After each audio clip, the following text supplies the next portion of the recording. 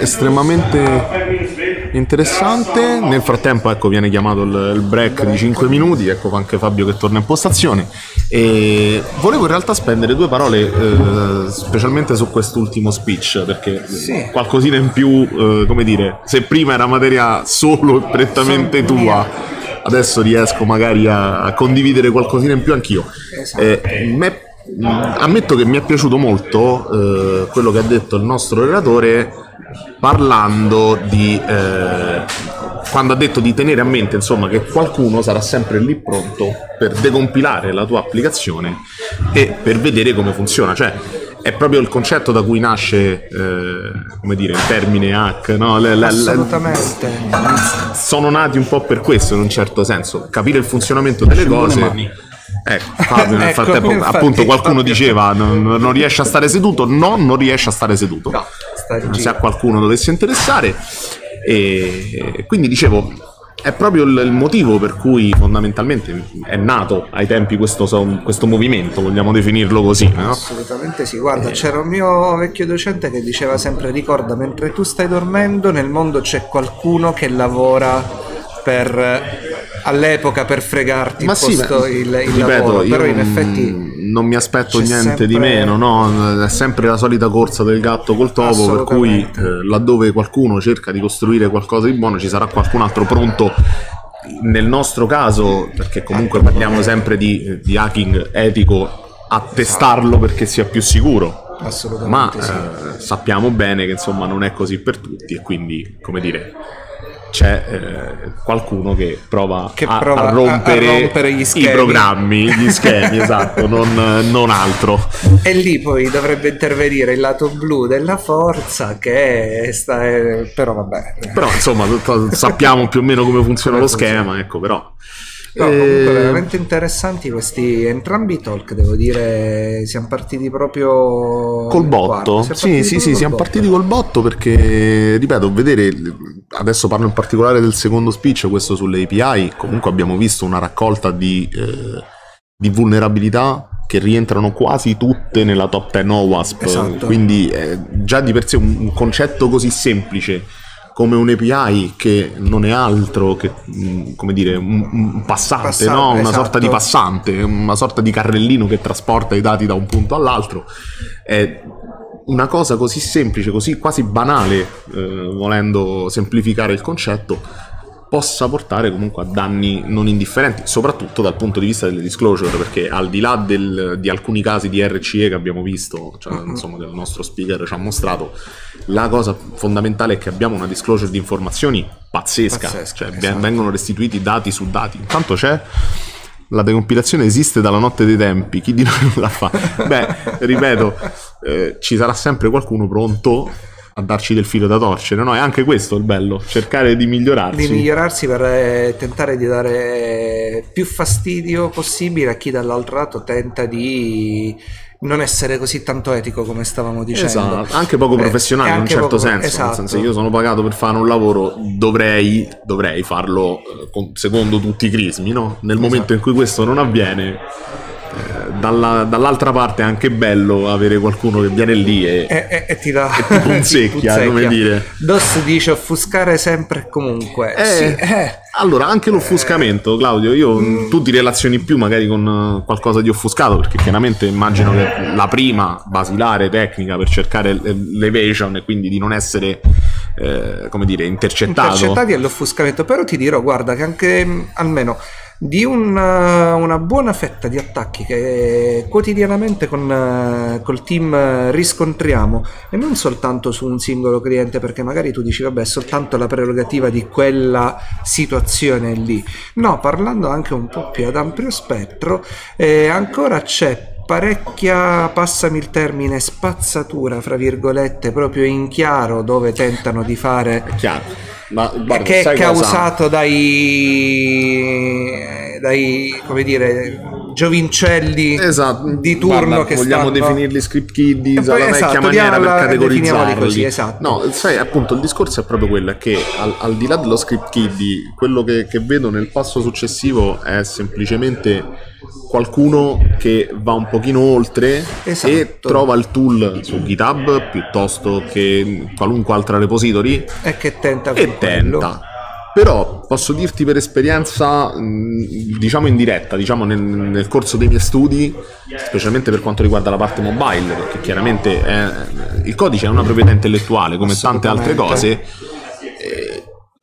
Capisco la voglia di renderlo quanto più sicuro possibile, capisco la voglia di renderlo quanto meno manipolabile possibile. Cioè, se qualcuno dovesse fare il reverse e quindi quello che dicevamo, non smontare il mio programma, mi aspetto di rendergli la vita difficile. Non posso rendergliela impossibile, però, perché è soltanto una questione di tempo, no? Una questione di pazienza. Sì. Quando ti pigliano di mira, prima o poi, vabbè, qui potremmo cominciare, come dire, a avviare noi quello che è un talk che finirebbe domattina parlando di tutto quello che i mostri sacri da Mitnick in poi ci hanno trasferito con i punti vulnerabili. Certo.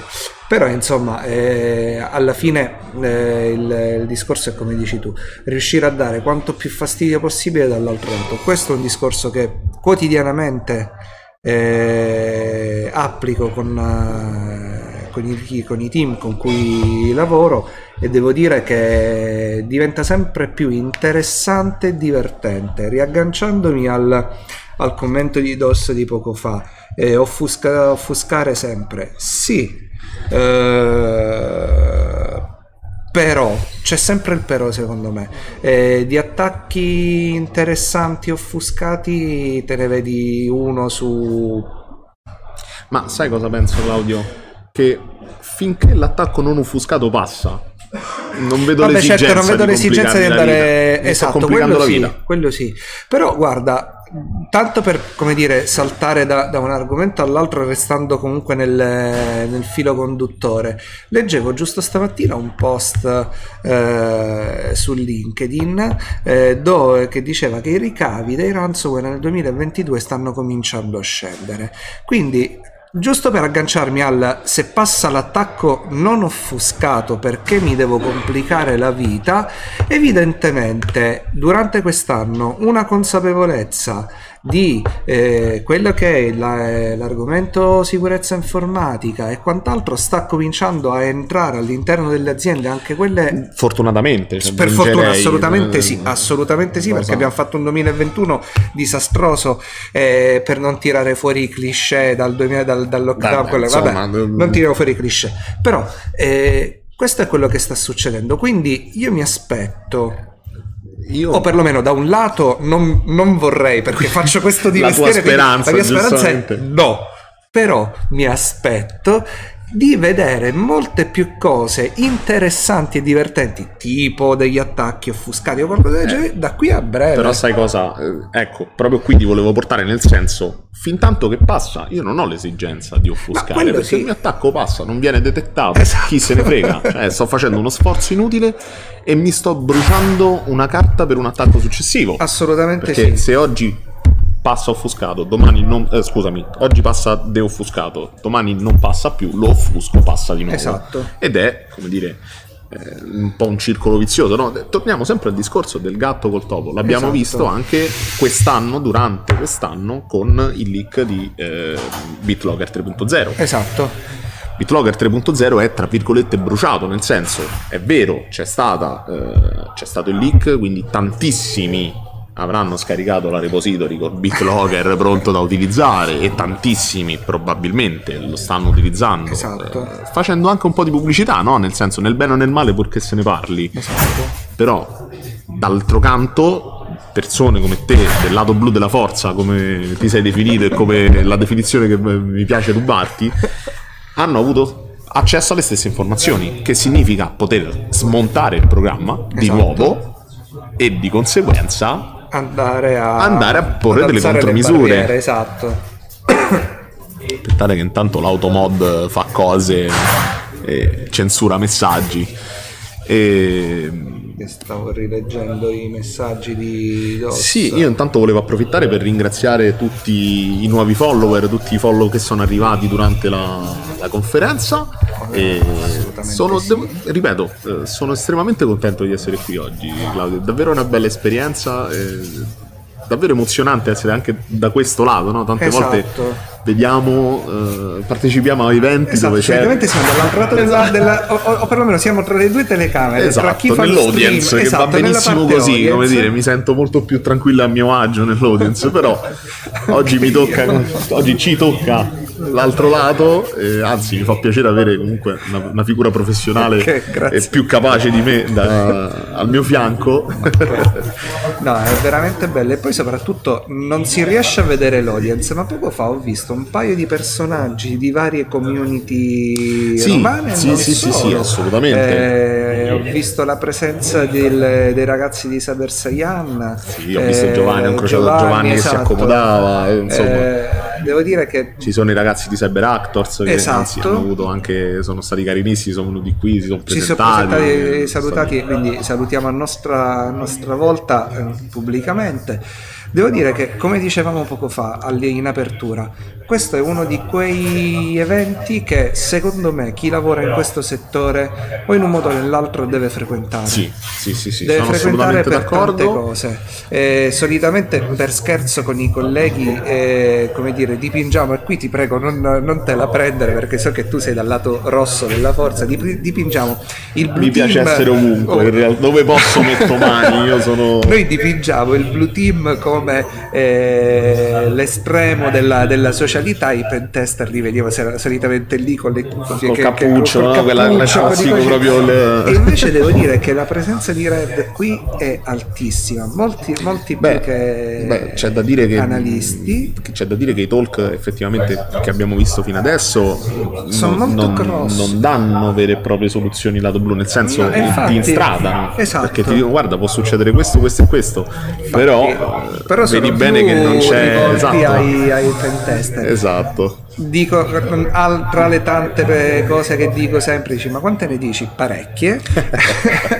C'è anche che secondo me un buon analista deve sapere anche attaccare, perché se non sai attaccare, quindi siamo sempre lì, ritorniamo alle solite in realtà basi. Questa divisione è un po' troppo netta anche secondo me, insomma. E quindi qua diciamo che ci rientriamo perfettamente. Eventi che dovrebbero vedere molta più platea. È vero che siamo tantissimi, siamo oggi, tanti. Allora, perché la sala è, sai cosa, Claudio? Io sono sempre del parere che comunque siamo una realtà di nicchia. Assolutamente. Siamo una realtà di nicchia, siamo molto distribuiti a livello proprio globale. Ovviamente la community italiana è più o meno grande e mi rendo conto che spesso e volentieri riunirsi in un unico luogo, come può essere Roma, come può essere qualunque altra città, insomma, passiamo da BSides appunto che oggi ci ospita a Romac, piuttosto che a Kimbo, piuttosto che il Molecon, insomma ce ne sono diverse in tutta Italia e spesso e volentieri magari si preferisce muoversi, orientarsi verso la città più vicina, però sono d'accordo con te nel dire personalmente che vale la pena frequentare in realtà tutti, se possibile.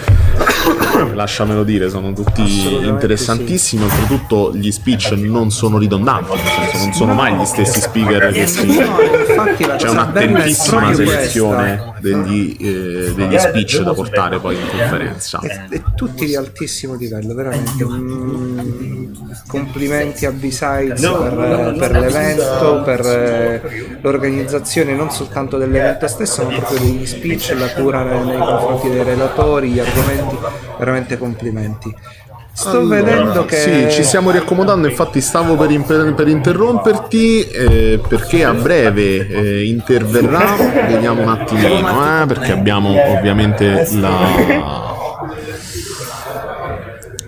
scusa non mi viene il termine, la scaletta. Abbiamo Xavier Mertens che ci parlerà delle sue scoperte, diciamo delle sue indagini per quanto riguarda l'utilizzo di Python in ambiente Windows, quindi come è possibile scrivere comunque un codice malevolo in Python che sia eseguito da Windows.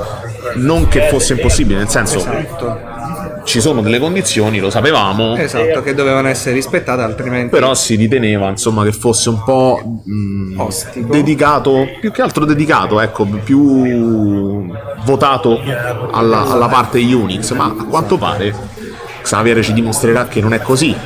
Quindi a minuti riprenderanno gli speech, vedo già sia lo speaker che il nostro caro Vanish pronto a richiamare tutti all'ordine. E vi lascerei in compagnia della sala qualche minuto in attesa di ricominciare poi appunto con la conferenza. Noi ci vediamo più tardi, anche perché non sono previsti altri interventi per la mattinata, quindi magari finiamo le ultime considerazioni e ci spostiamo in sala al pranzo anche noi, d'accordo? Perfetto. A più tardi. Ciao ragazzi. Welcome back. Last talk before the lunch break. So please, I require your attention for the last 50 minutes, 1 hour, something like that. Yeah, approximately. It depends on the question. And so what I will try to explain this morning is that Python, of course, I presume that a lot of you know Python. Maybe you write Python script. And you know that Python, of course, is mainly used on Linux systems, Mac OS systems, and so on, but also on Windows systems. And if it's used on Windows system for multiple reasons, yeah, there is an issue. Okay. Hello, camera. Okay. If it's used mainly on Windows system for good reasons, for example, one of my best friends, Didier Stevens, writes a lot of interesting tools. Probably you know OLE, DBA, basic for dump, stuff like this. OLE dump, sorry, not OLE DBA. Didier develops mainly on Windows systems. So Python is used for good reasons. But what I will show you this morning is that malware developers, so the bad guys, they also try to use Python for very good reasons on the Windows ecosystem. So my goal today is I would like to be something, this presentation is something like an eye opener. So I would like that after the presentation, you will realize and you will always keep in mind, especially if you are doing investigations, malware analysis and so on, you will always keep in mind that Python can be used also for bad reason. A few words about myself. So my name is Xavier, coming from Belgium with my nice accent in English. I'm known on Twitter, XMe. I tweet a lot. I tweet way too much from time to time. So basically on my day-to-day job, I'm freelance. I have my own company doing some malware analysis, investigations, DFIR, forensic, and so on. And I like to hunt bad guys. So I'm not an attacker, I'm a defender. I'm on the blue team side. Based on this, I'm also a senior handler at the Internet Storm Center. So I hope that you know the Internet Storm Center, where we try to provide a lot of content, diaries, the daily podcast from Johannes and so on. And I'm also a science instructor, so I'm teaching 4610, which is malware analysis and reverse engineering, typically the topic of today. And besides this, I'm also a co-organizer of the Bruckon Security Conference, that we organize in Belgium. This year will be the 15th edition already. 15 years that we're involved in this. So if you don't want to do the last week of September, we will open shortly the call for paper. You are more than welcome to submit and maybe visit us in Belgium. We will enjoy a lot of funny times. So the idea behind this talk, I like to hunt. So as I said, I'm always looking for new trends, looking for new material, because it's part of my Internet Storm Center job. I like to find new trends. And one day, so it's already, I think it's more than 1 year ago, I started to have a look at the malicious Python script. And you see that there is a clear trend. So basically, it's an extract from my database of samples. And you see that, ooh, the red arrow keeps growing. This graph is pretty old because it's not a brand new presentation. I already did it several times. And the first time it was 1 year ago approximately. So maybe this value are outdated. Maybe the red arrow is growing like hell like this. Honestly, I don't know. I should try to find some time to update it. But 1 year ago, we had a clear trend regarding Python malware. And so why this talk? If you have a look at the Internet Storm Center, before this talk, we already provided a lot of content regarding Python. So for example, Python abusing the Windows GUI, dangerous Python module, Python Mascan and so on. And some of them were pretty old, 1 year ago, 6 months ago. So it means that it's 2 years ago. So I said, if we have so many attractions regarding Python, why not have a look deeper and see how the bad guys abuse Python? Where do you start when you have to investigate some, you are looking for fresh meat?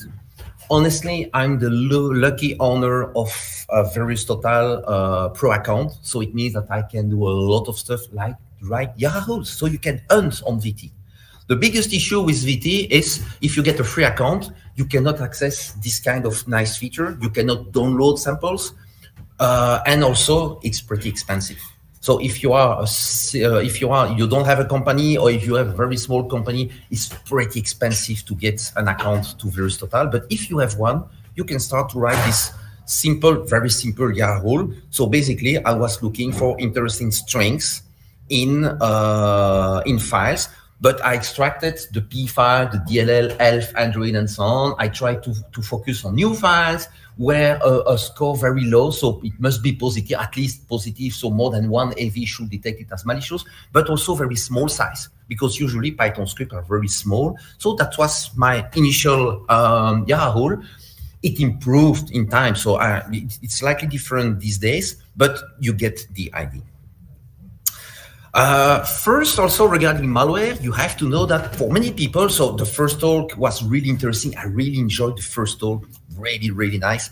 So a lot of people think that malware is automatically a P file, an executable file. It's not true, because most of the time when you get infected by a malware, you have different steps, and it's going like this on the right side of the slide. Usually it starts with a phishing attack or social engineering attack. Oh, this is a nice email. There is an invoice. Please open this invoice, or please visit this website, and so on. That's what we call the first stage. And usually you get a dropper, you get a downloader, which is most of the time a script. We have VBA, JavaScript, VBS. It could be a CMD, so a bash file, could be PowerShell, of course. And this first stage, the goal is to drop something else which is much more malicious. And the second stage usually is a P file. And you will get a nice ransomware, a Trojan, remote access tool, whatever you want.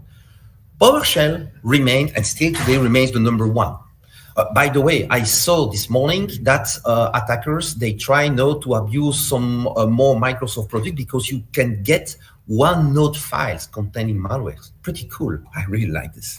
So PowerShell remains the number one. And I like this statistics. 38% of incidents involve PowerShell.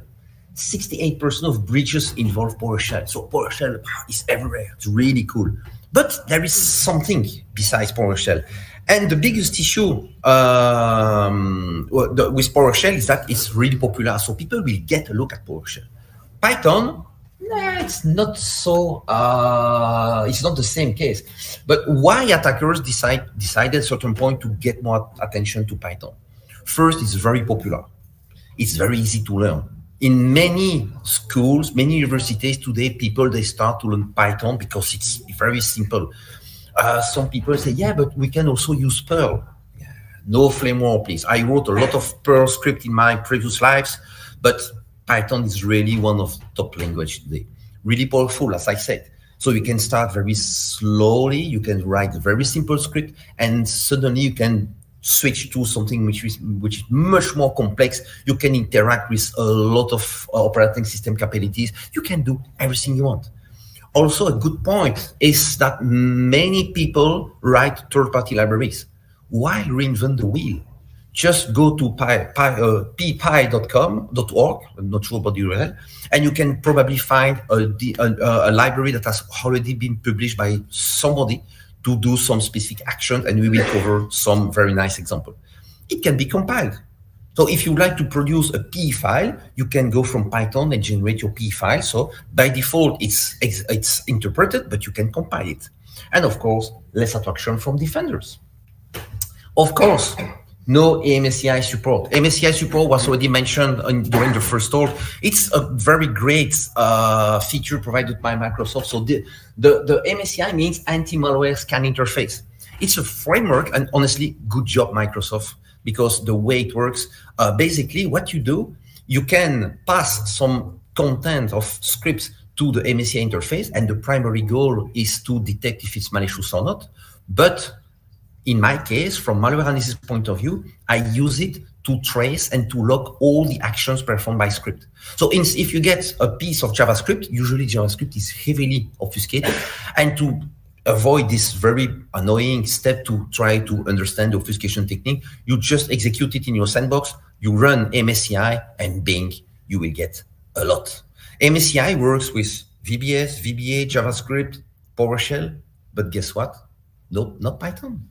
So it's also a very good idea to use Python because you will not be able to trace everything using MSCI. Another very good point.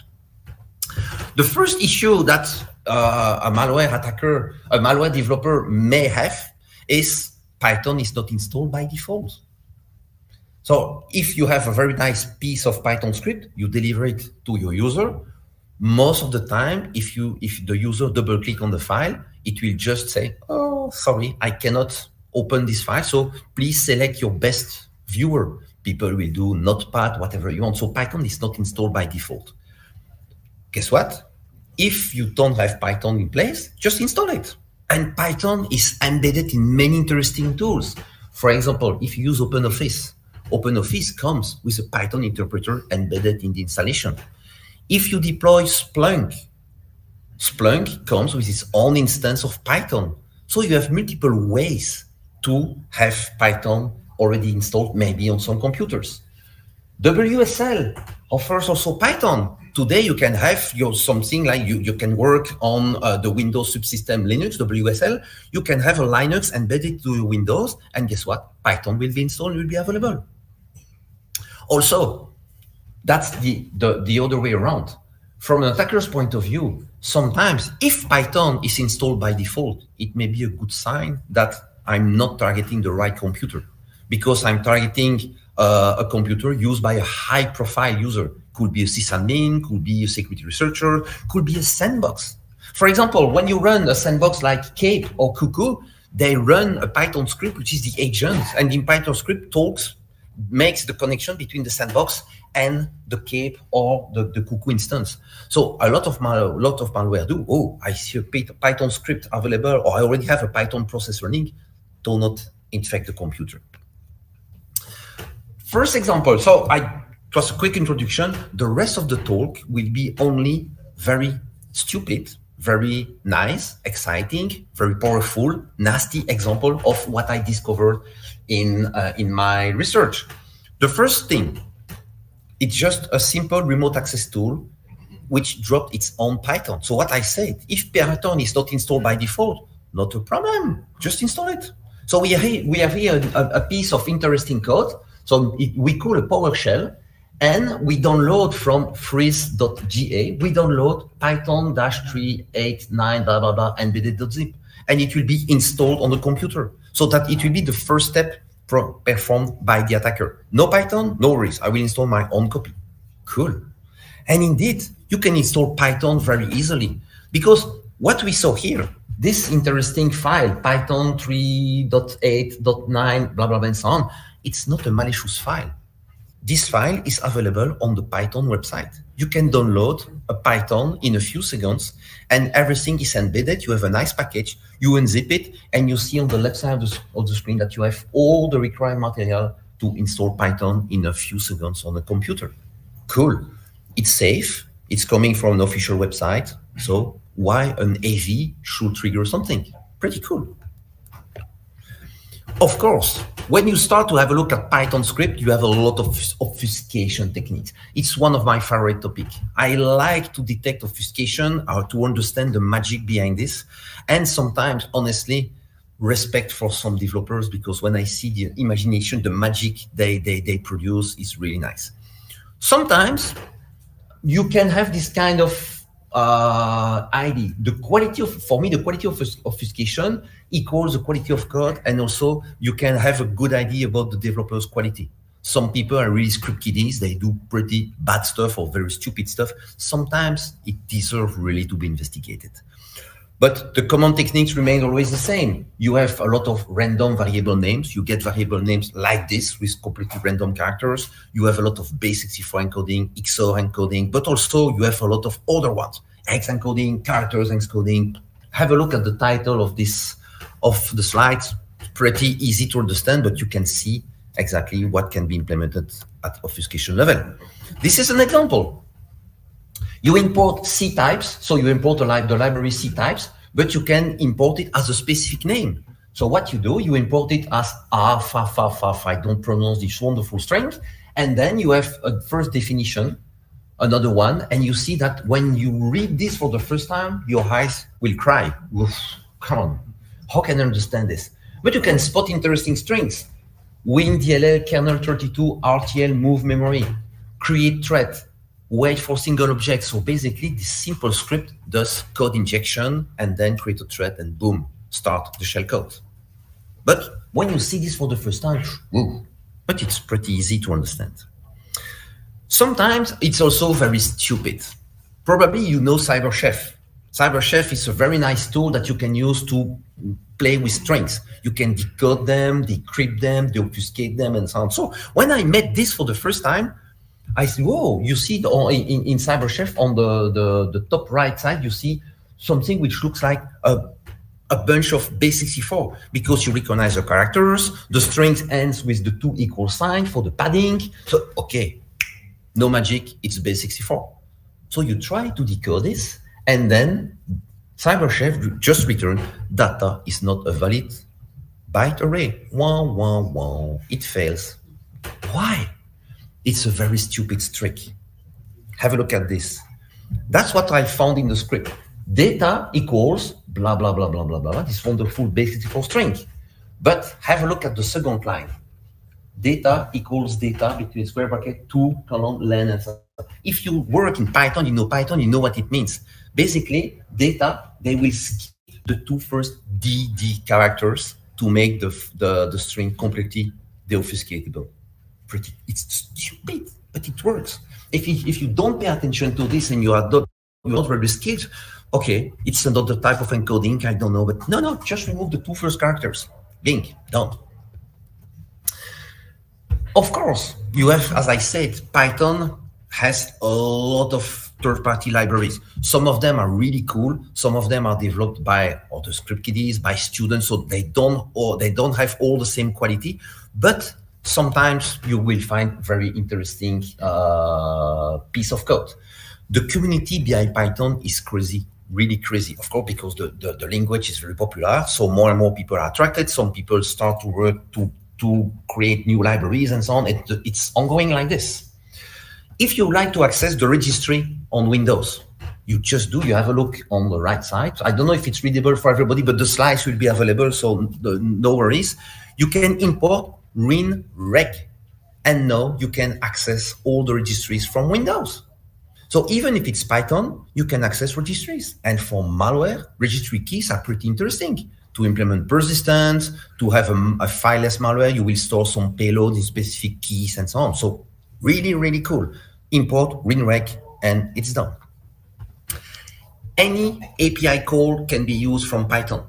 We saw this morning during the first talk that we have a lot of interesting API calls. You have all the ZW, blah, blah, blah, the RTL, blah, blah, blah, all it has been covered this morning. You can use them from Python. So you import C types, and you see that the example that my example, I just call virtual alloc, and I'm allocating some memory, which is, then it returns the address of the memory that has just been reserved in the system. Easy, 2 lines. What about recording keystrokes? A keylogger. You can achieve a keylogger in Python in 1, 2, 3, 4, 5, 6, 7, 8, 9, 10, 11 lines. Keylogger, boom. If you have a look on, oh, sorry. The keylogger is on the right side. It's even better. 1, 2, 3, 4 lines. 11 lines on this one. You will just use the microphone of the computer and record a WAV file. So basically, you will listen, you will spy to the victim in 11 lines. The result on the disk will be test.wav, which contain my conversation, and then you can exfiltrate the data. You can send it to C2 servers, drop it to Dropbox, whatever you want, and you exfiltrate maybe interesting conversations. Once again, the issue that the malware developers have, Python is not installed, install Python. But all these libraries, they are not installed by default. So it's, once again, a chicken and egg issue. If you don't have the library in place, just install it. So what you do? Try to import some libraries. So you have try except. If you have a module not found error, what you do, you just list the different library that you would like to install, then you call pip install blah blah blah, and boom. If the computer has an internet connection, Python will do the magic and libraries will be installed in a few seconds for you. So what? Let's do it. Why not call all the .NET framework from Python? It's the same. So this example is the same. So what does it mean? We have a shell code and so on, but it's using Python. And we have a wonderful Python.NET, Python.NET library, which does all the magic. So you just need to use it, and you can use all the .NET capabilities from Python. Another way to use any API. So you can use C types, but you also have Win32 API. Exactly the same capabilities.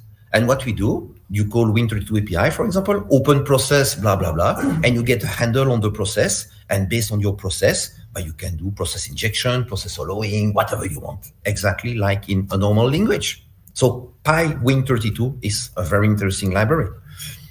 I already mentioned C types, exactly the same. So you see that the difference between the two slides, I'm doing exactly the same.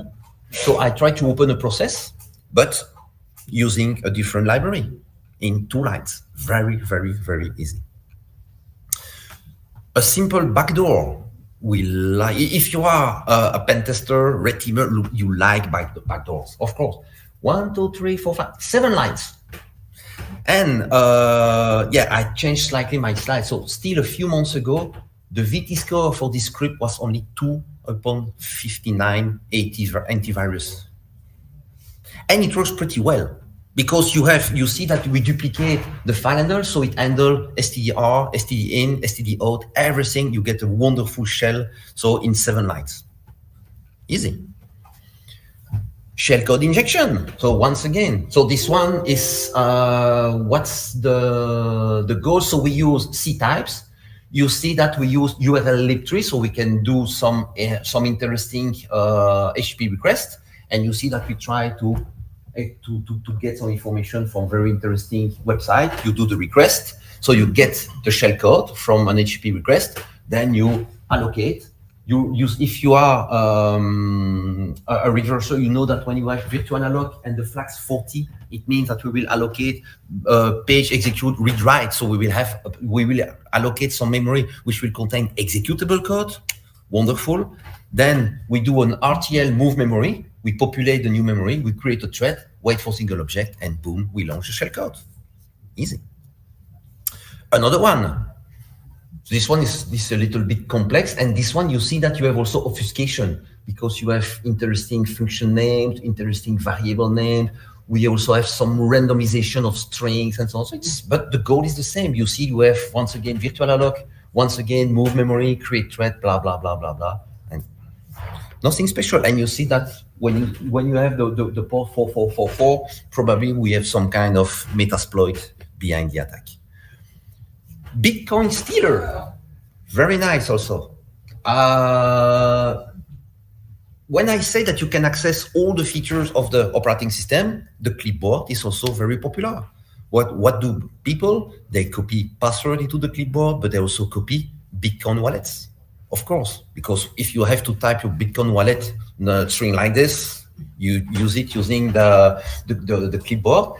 And what this wonderful piece of malware does, it monitors the clipboard, and if one of the address is found, so you see that it tries to detect if we have a Bitcoin address, and if it's the case, it will replace it by the Bitcoin wallet of the attacker. So if you try to transfer some money, so I transfer some money to you, you give me your Bitcoin wallet, it will be replaced by the one of the attacker, and the money is gone.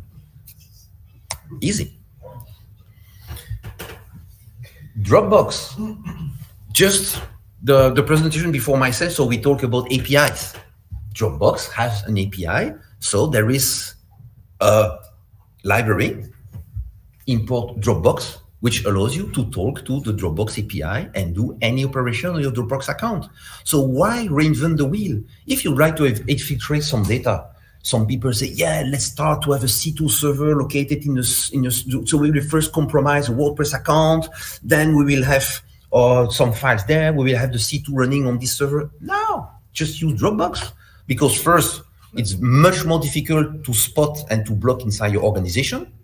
Because if you decide suddenly, okay, I will block any communication to Dropbox.com, probably you will upset some users. So let's do this. You just define your access token based on your Dropbox account, and you can just send interesting information to Dropbox in a few bunch of lines. Crypto miner.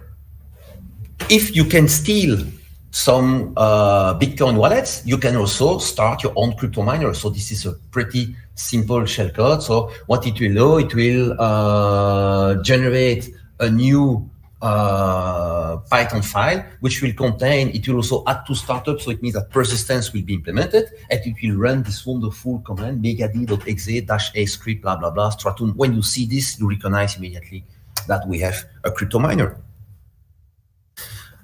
Ransomware. Yes, I found some ransomware written in Python. Honestly, they are pretty simple. They are simple. So it's nothing really difficult. But if you don't have a backup, the result is the same. Even if it's a simple encryption, stupid stuff is the same. For example, I found some very simple ransomware. Instead of encrypting all the files, they just create a 7-zip archive with all your files, and the archive is encrypted using a password like this. So good luck to recover your files, even if it's in a 7-zip archive. So basically, the one that I found is this one. I didn't try to obfuscate the picture of the guy, so it's extracted from the script exactly. A very nice picture, and that's the type of information that you can see. So that's a ransom node. I kept everything like this, so you see nice URLs and so on. And the ransomware is pretty simple. You have an array containing the interesting extension to encrypt, and honestly, this guy is stupid, because you see that you have .exe.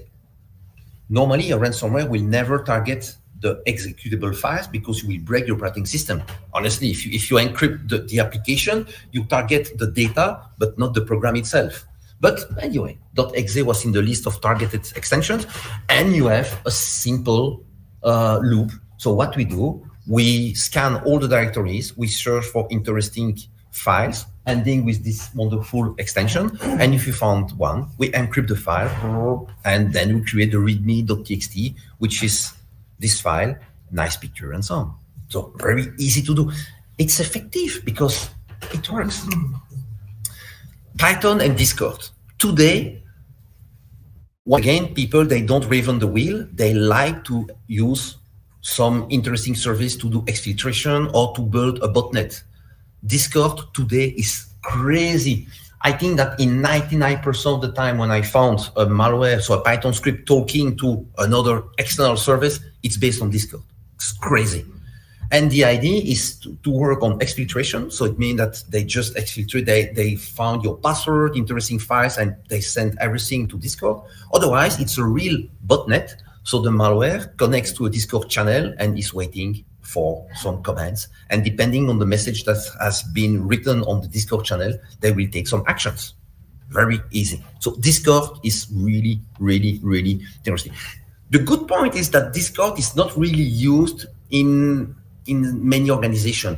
For example, my customers, they don't use officially Discord. People, they prefer to use Slack, for example, at a corporate level. So Discord, if you see some Discord traffic in your network flows, if you don't use Discord as an official communication channel, it deserves to be investigated. Another one, so I continue my investigation. I found plenty of them. This one is a stealer, pretty stupid. It will just steal the Wi-Fi password, and then it will exfiltrate them on where does it exfiltrate? Blah, blah. This one is also it targets a French system because there are strings in French. But so we generate the password, blah, blah, blah. No, it's, I didn't put this, but password I just exfiltrated. Probably this one could be an exercise from a red team. So we try to grab password from corporate laptops and stuff like this. No. Can Python also try to make your life, if you do investigation, you do some malware analysis, can Python make your life more difficult? Yes, of course. Some anti-debugging techniques.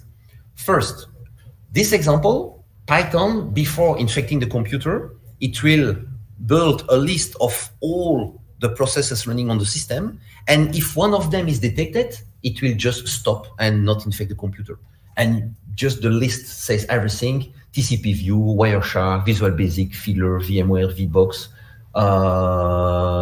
what else? Auto IT, Express, VMXNet, and so on. So if one of these processes is found, it will stop and it will not infect the computer.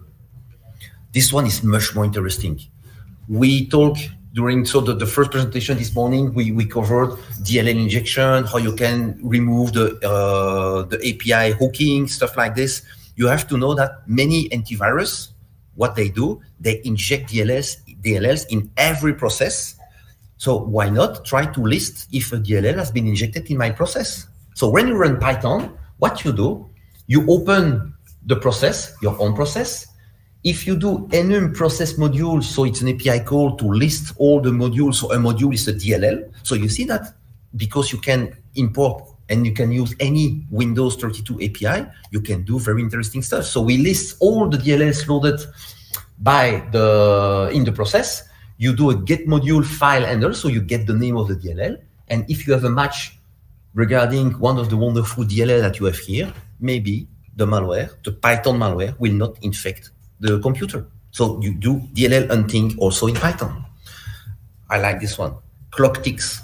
When you debug or when you play with the sandbox, sometimes, for example, you are in a debugger, you start your debugging session, then you get a phone call, it's time to smoke cigarette, to grab some coffee, so you stop, you are away from your computer, you come back 10 minutes later, but normally a script, when it's executed or when it enters a function, the function will be completed in a few milliseconds. In this example, what it does, it just connects to an NTP server. You have pool.ntp.org. It gets the time. Then you have some information. And at the end of the function, it will do another request to NTP, and it will make the difference between the two timestamps. If the function has been executed in more than this time, probably it's being debugged. And it's a way for the script to understand and to know that something is wrong. I'm being debugged, for example. Or I'm running in a sandbox, or something happened, but it's really nice. And you see that you can also generate some UDP traffic directly in Python. So you open a socket, sockdgram, then you send to, so you generate the NTP request. So this script was really nice because it doesn't use any command. It just generates on the fly NTP request to a specific server. Everybody knows PEPCAC. The problem exists between the keyboard and the chair. Python can also detect if we have a user. So if the mouse is moving. If you use a very stupid sandbox, your mouse will be on the middle of the screen, will not move. Or if you would like to be sure that you are targeting a system that is used by a real user, it's not a sandbox, it's not, so there is somebody behind the keyboard, you can use this so you can get the cursor, so the coordinates of the mouse, and you do this multiple times. If the coordinates change, it means that the mouse is moving, so probably there is a real user behind the keyboard. So you can detect a user presence like this. You can detect the keyboard layout. We saw also no politics here, so you will see Russian, you will see some Ukraine stuff and so on. No politics at all. But it has been found like this, that you have, you know, the situation now between Ukraine and Russia. They wrote some piece of malware, but the goal is to target only specific countries or to target all countries except this one. So using Python, you can, for example, you can do a get system default UI language. And for example, 2052, it's the code page for simplified Chinese. So you can detect if we are using, so in this case, what we see, if you are not targeting, if you are not running on a simplified Chinese computer, we just silently exit and the malware will not run. The second one, you use the get keyboard layout. So it's another API call from Windows. and you verify if you have 0x409 or 419 and you have English RU. So you can detect the keyboard layout of the computer. You can interact with the GUI. Python can create very nice GUI for you. For example, TK. TK is a very nice library that you can use to open a window, create menu, buttons, and stuff like this. So in this case, what we had, I found this interesting piece of Python, and you see that there are interesting Russian characters. And basically, if you translate this, you have w40.title, which is my window title. And if you translate this, thank you, Google, because I don't speak Russian, it tells you that scan completed results. So probably this piece of Python simulates a fake AV, a fake antivirus, and it will tell you, yeah, you are good to go. Your system is free. No problem. No viruses. Click to continue. And then something malicious will happen in the a few seconds after. PyInstaller, as I said, you can install this. You can generate an executable from a portable app. Remember the backdoor that I showed you a few minutes ago? I compiled this backdoor, so I generated a nice executable that I uploaded on VT. Have a look at the score. Only 9. Stupid, huh? Because it's a backdoor, so it's definitively malicious. Only 9 AVs detected this as malicious. People are lazy. So I'm a lazy guy. So if I can automate stuff, I will do. But attackers are lazy too. So it means that you can find, and I will not reveal the URLs and so on, because the goal is to, because you are good guys, but you can find script that will generate a backdoor for you. So what you do, you just run the script. And what I did, you specify the name. So I said it was in the scope of an Internet Sum Center. So I put isc-rat.sample. You create your bot token. This is my super secret token. It will create the file, write the file, and you have a payload that you are ready to distribute to your victims. And it has been targeted for you. It has been crafted for you with a nice red ribbon around it. Here we go. Install this. So you can generate payloads automatically from other scripts. That was my last slide. I would like to add another one. Have a look at ChatGPT. It's crazy how you can get very nasty Python scripts through ChatGPT. I did I did not have time to add some slides because, as I said, it's not a brand new presentation, but it's crazy how ChatGPT is good at writing Python scripts, definitively. So if you have any question, raise your hand now. Otherwise, I will be available the rest of the day. I'm happy to share with you, and I hope that now you know that Python can be really dangerous also on Windows system. Thank you very much.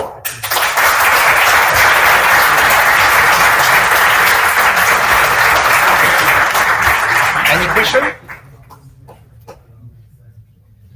No question? Time for food.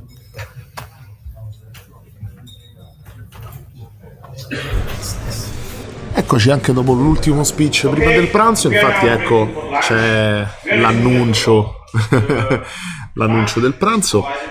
Claudio, che ne pensi? Io ho trovato... Io sono rimasto con gli occhi sgranati. Guarda, conoscevo le potenzialità di Python onestamente perché è stato, penso, il primo linguaggio di programmazione a cui mi sono avvicinato, mettiamola così. Conoscevo le sue potenzialità, ma ti dirò... arrivare a tutto questo non è altro che una conseguenza logica, sì, nel senso che io nel frattempo mi sono preso un po' di appunti, no? Abbiamo iniziato parlando di anche di detection, di offuscamento e via dicendo, ma se con poche righe sono in grado di scrivere il mio codice, di scrivere il mio malware, è facile che riesca a bypassare signal check, quindi una V non cosciente di quello che il mio programma sta facendo,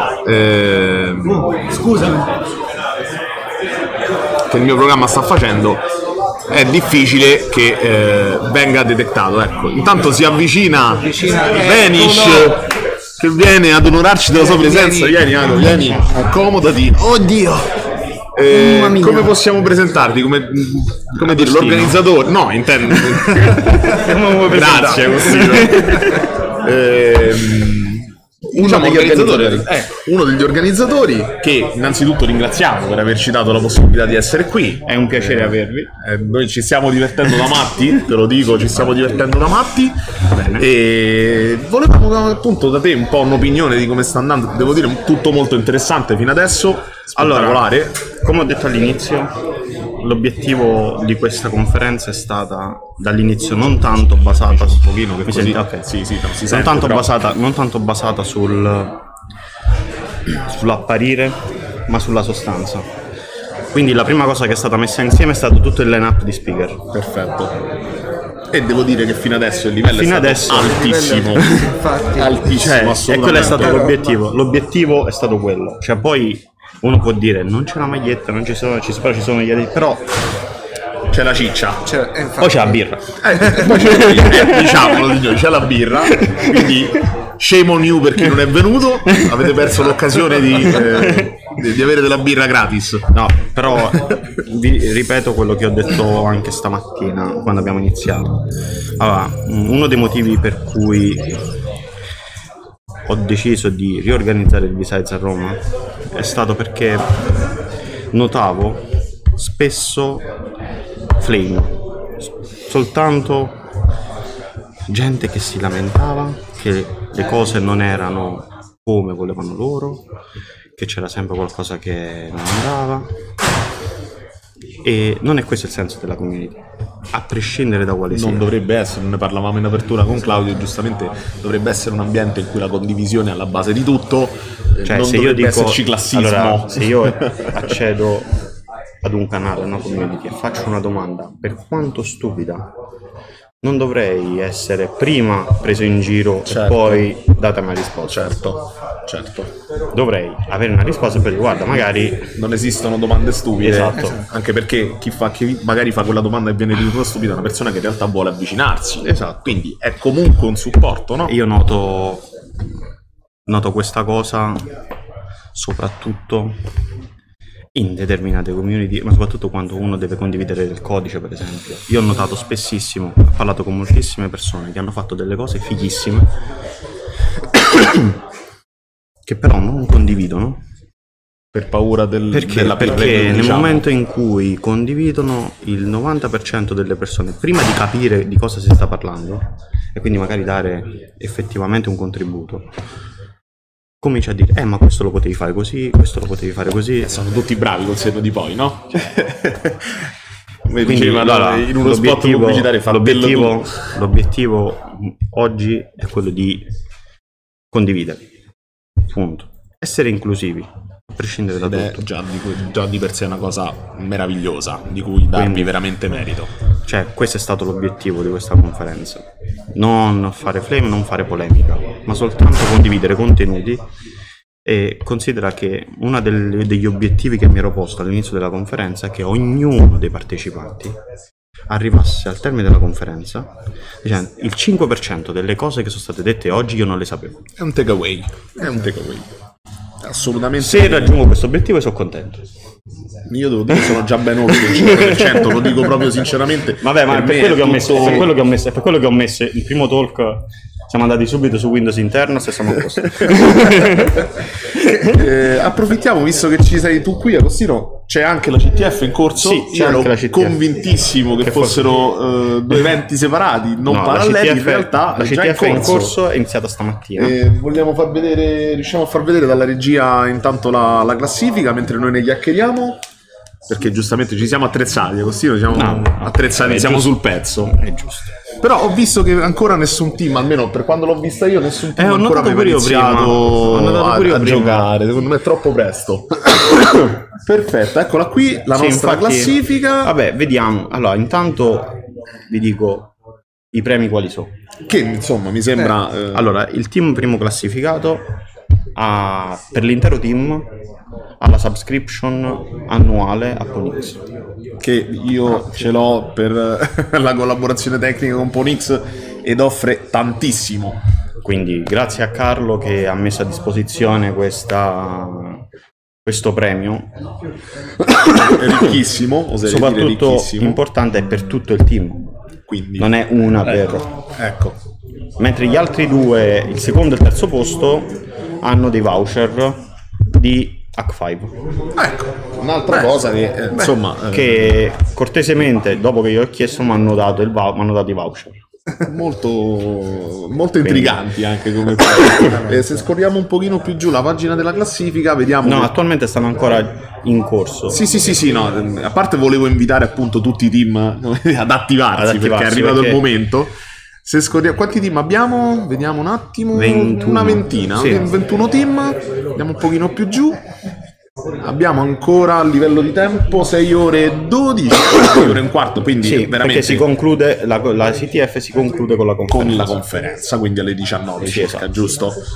5 sfide, se non ho visto male, sì 5 challenge. 5 challenge non pubblicate prima, quindi sono inedite. Quindi cioè, è il momento di giocare, il momento se non giocate, i voucher me li tengo io e chiedo a Carlo di avere la subscription. Che non vedo perché no, onestamente. Altrimenti ci mettiamo tutti qua in team e facciamo lo facciamo noi da qui, lo facciamo noi da qui dalla regia, sì, perché siamo poco competitivi. Esatto. Sì, no, proprio per niente, guarda. Sono contento che vi sta piacendo fino adesso la conferenza. Assolutamente. Nel pomeriggio abbiamo anche altri talk di spessore. E poi vabbè chiudiamo con Viezze che è il maintainer dei LOLBAS. Ci aspettiamo grandi sorprese. Quindi a questo punto direi ti lasciamo andare a pranzo. Sì, a pranzo anche perché io già mi sono bevuto un po'. Quindi... È il momento di mangiare, è il momento di ricaricarsi. Andiamo in pausa per il periodo del lunch break. Ci vediamo dopo alla ripresa della conferenza e buon pranzo a tutti. Ciao.